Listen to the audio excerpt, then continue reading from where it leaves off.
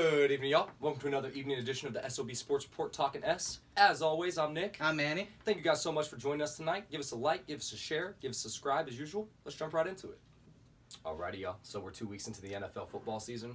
Manny, who's a team that's exceeding expectations for you? And who's another team that's disappointing you so far? Well, my team that is exceeding expectations has to be the Jacksonville Jaguars. Minshew Mania, baby. Gotta love the handlebar mustache and the booty shorts. I mean, the man even put 30 points against the Tennessee Titans, a very tough defense. Formidable defense with Kevin Byard and Jadeveon Clowney on top of it. And we're forgetting about the young Ryan Evans that they have at the middle linebacker position. Adoree Jackson, who's an awesome cornerback. Putting up 30 points on them. Okay. And then being the Indianapolis Colts, who just put 25 plus on the Vikings. Which is my most disappointing team this year. Minnesota Vikings. They're 0-2 right now. They can't run the ball to save their life.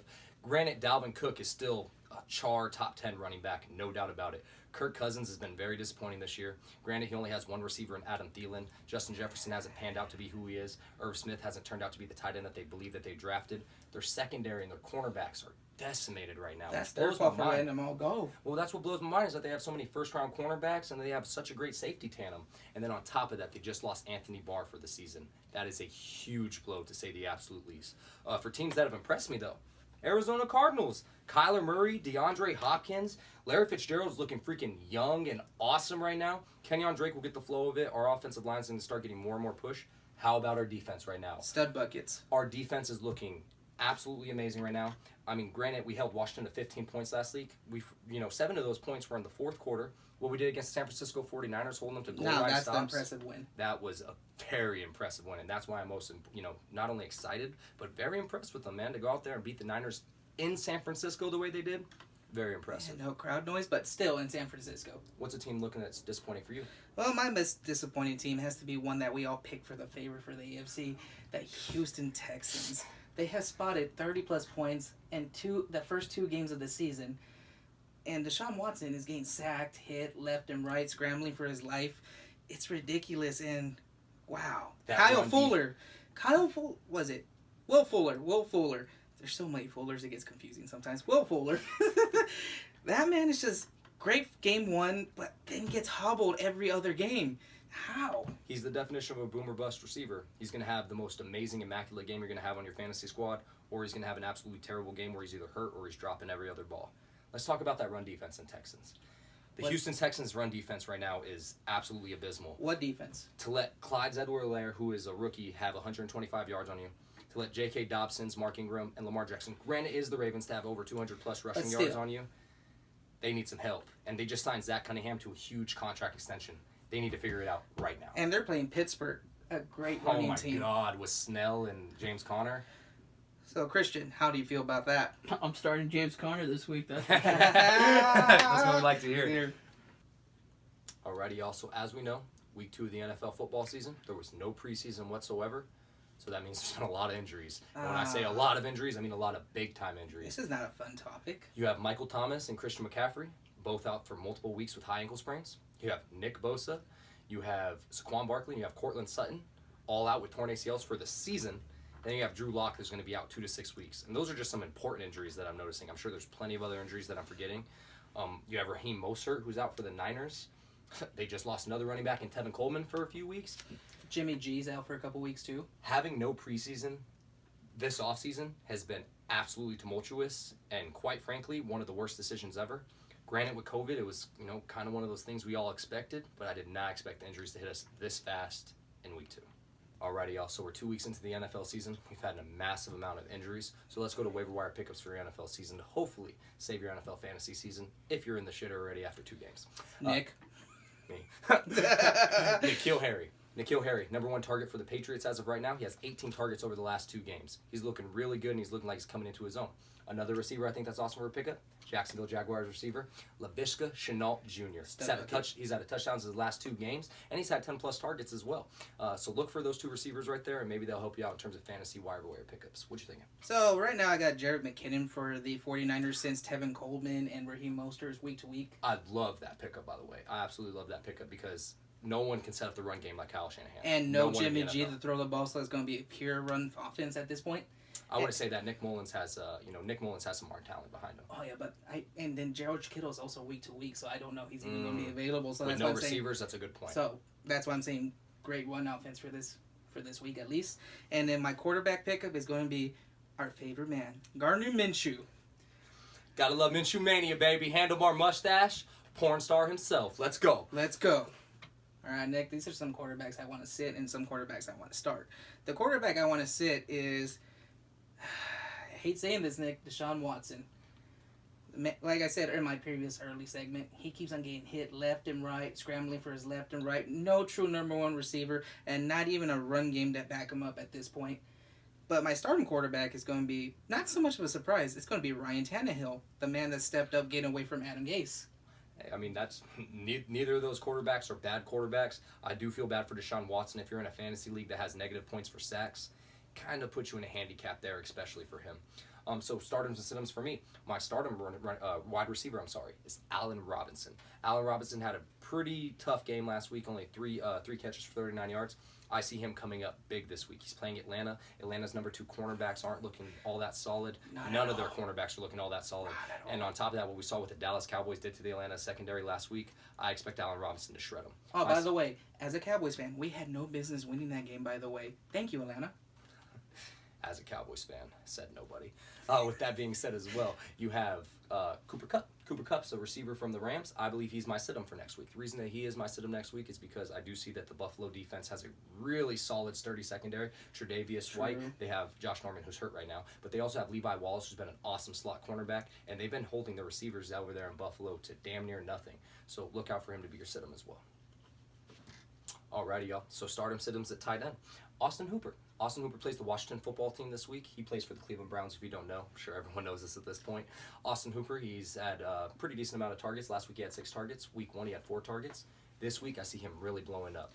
The Washington linebackers are a liability in coverage, to say the absolute least. Dan Arnold shredded them up, and the Cardinals traditionally don't even throw to the tight ends on the Cliff Kingsbury offense. Do you trust Baker Mayfield, though? No, I don't trust Baker Mayfield. Actually, Baker Mayfield's one of my most hated quarterbacks in the NFL. But I do trust Austin Hooper because a quarterback that can't be trusted needs a safety blanket. And Austin Hooper is that safety blanket. For my sit-em at tight end, of course, too. My sit-em at tight end this week would be Evan Ingram. Evan Ingram plays against San Francisco 49ers, who have a great linebacking core in Greenlaw and Fred Warner. They're going to hold it down and lock it down. So I definitely see Evan Ingram as a sit-em. Who you got? Let's see. For my sit-em running backs, I got David Johnson sitting. He's playing the Pittsburgh defense that held Saquon Barkley to about, 9 yards? Less than 9 yards at that point? Granted, Saquon Barkley was handicapped really bad by Jason Garrett's shitty offensive play call. The fact you even defended Jason Garrett in an earlier episode, I don't even want to talk about it. I am ashamed of that Let's keep it moving. I'm ashamed of that one. And that just Pittsburgh defense is just vicious. Yeah, that's fair. Who's your starter? And then my stardom is going to be Leonard Fournette. Okay. Hey, you know why? Balled last week. I'm not even going off the ball numbers. I'm just going off the carries. His carries went from 5 to at least 13 and above. And I've seen him taking over gradually over as a starter.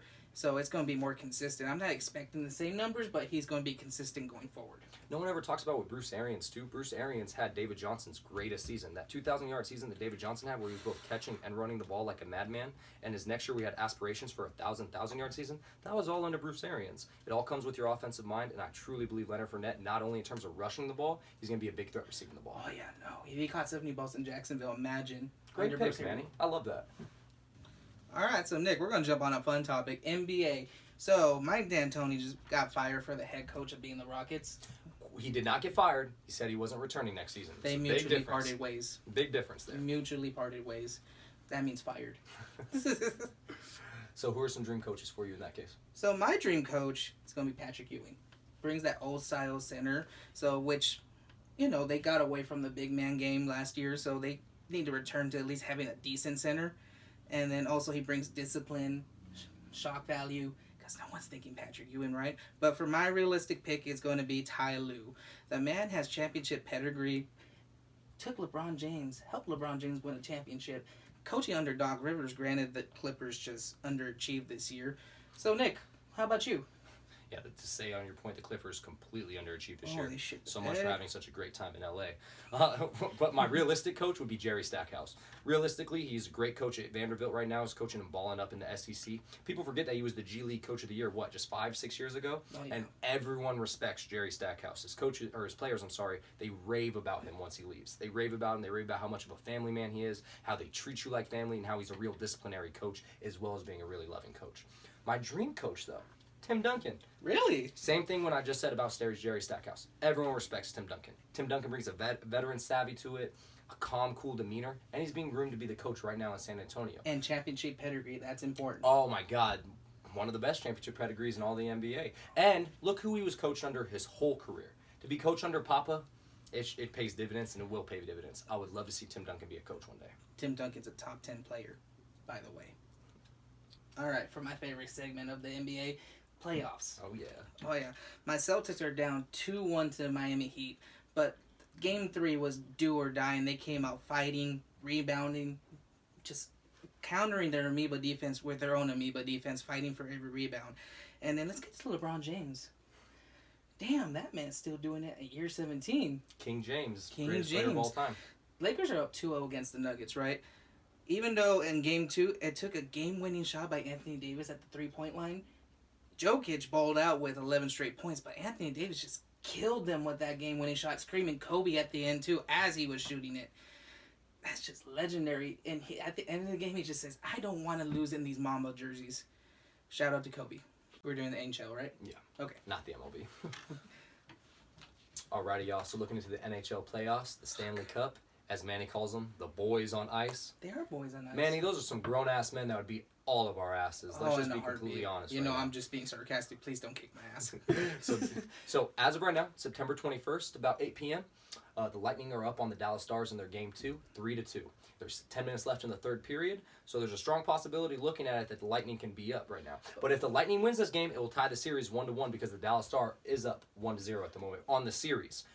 Their goalie, Khudobin, right now, is absolutely lighting it up. In the playoffs, he has a 93% save percentage. And if you know anything about hockey, you know that is fucking insane. So shout out to Khudobin. Shout out to the Dallas Stars right now. Let's see if they can continue to keep it going. By the time this episode drops, a strong possibility that series is either 1-1, or if the Dallas Star comes back to, score another point, maybe take it to overtime, it'll be 2-0. You know what? Since they beat my Golden Knights, and I'm a local supporter of Dallas for some odd reason, I couldn't explain to you why. Let's go, Dallas! Hey, it really bugs me that either the Islanders nor the Coyotes made it for me, and the Vegas Knights didn't make it for him, because we were gonna have a nice little cool bet for y'all, maybe like an egg, wheatgrass smoothie that he was gonna have. Some weird sandwich or something. Make me run around in a tutu. It'd have been cool. Tutu sounds fun though. Oh yeah. Alrighty, y'all. So let's get into some American baseball. Alec Mills, only the second no-hitter all season for Chicago Cubs. He did it while pitching against the Milwaukee Brewers. Subsequently, he lost his next start right after that game. Of course, but hey, to have the second no-hitter of the season, gotta respect to Alec Mills. The most Cub thing you ever hear. Right, Christian? And then as well with that, my Diamondbacks, Arizona Diamondbacks, got eliminated. Big shocker to everyone. I know everyone's freaking mind blown. That the Diamondbacks I don't know eliminated. why we're disappointed and surprised, but we're disappointed and surprised like usual. Thankfully, too, the MLB union, they came to an agreement. They're finally going to do a bubble system and a bubble structure. 16-team playoffs. For the divisional games, you're only going to have best of 3. For the conference finals, you're going to have best of 5. And then for the World Series, the final game, you're going to have a best of 7. It is going to be a 16-team bracket, 8 teams on each side. I'm very curious to see how it goes. And there's also 4 wildcard teams for each bracket. I'm excited as hell for that. Right, and it's all in the great state of Texas. Yes, sir. It runs back to my Dallas love. Texas. From Arizona, baby. All right, Nick. Let's go with the cheating-ass, dastardly-ass Astros. God. I mean, they got cheating in 2017. Who gets caught, first of all? Everybody cheats. But anyways, they just lost their starting pitcher to Tommy John surgery, Justin Verlander. I actually like Justin Verlander. Who doesn't, man? He's a freaking legend, man. Fucking Kate Hudson? You know who doesn't like him? Tommy Don.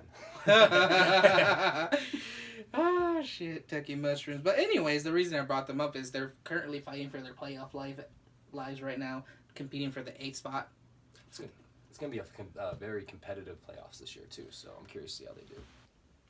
One thing that I forgot to mention when we were talking about the NFL. Dan Quinn, head coach of the Atlanta Falcons, coming off an onside situation and a timeout this week. He had 5 players on his hands team that literally watched the ball creep to the 10-yard line. What is Dan Quinn thinking? Why didn't he just tell him, hey, it doesn't matter if it goes 1 yard, it doesn't matter if it goes 5 yards. You grab that damn ball, let's win this damn game. First team in the NFL history is the Atlanta Falcons to have a 20-point lead, 0 turnovers in the game, and to blow that lead. We all know what happened against the Patriots in the Super Bowl. Dan Quinn will be coaching for his job this week. I guarantee it. If he loses to the Mitch Trubisky-led Chicago Bears, Dan Quinn will be fired. I mean, he never learned his lesson from the Super Bowl. What are you supposed to do at any games? Run the ball. And the ball off. And he had Devontae Freeman. No one ever talks about that. He had Devontae Freeman and Tevin Coleman. And he has Todd Gurley right now. Dan Quinn is coaching for his job this week. I put it right now. Alrighty, y'all. So thank you guys so much for joining us on another evening edition of the S.O.B Sports Report Talking S. As always, I'm Nick. I'm Manny. We really appreciate you guys always. We appreciate all the love, all the support. Smash that like button. Smash that dislike button if you don't like us. Share, subscribe, all that good stuff. We'll see you guys next time. Peace. Like, literally, it doesn't have to be a jersey. You're the one that's choosing to wear the sports jerseys. No, he told me to. That's a good point. I mean, I do the cholo shit, and he don't tell me. He's like, orderly Mexican Joker, ese. Hell yeah, fool. So, this, we're going to talk about... Damn! What? He's as big as you guys. Is he? Is he? Like, it's good. Like, it's really good. But if I could just move him back a little bit. Don't touch him. This. Fuck it up. My bad. Yeah! No, you don't have to do it. It's too acty. We're not acting. We're doing a sports cast. I'm really pissed though. Guys, remember when Fuckface said he's gonna beat me? Fuck you. I blew you out the water and got an A+, damn near over 100 points. Whoa!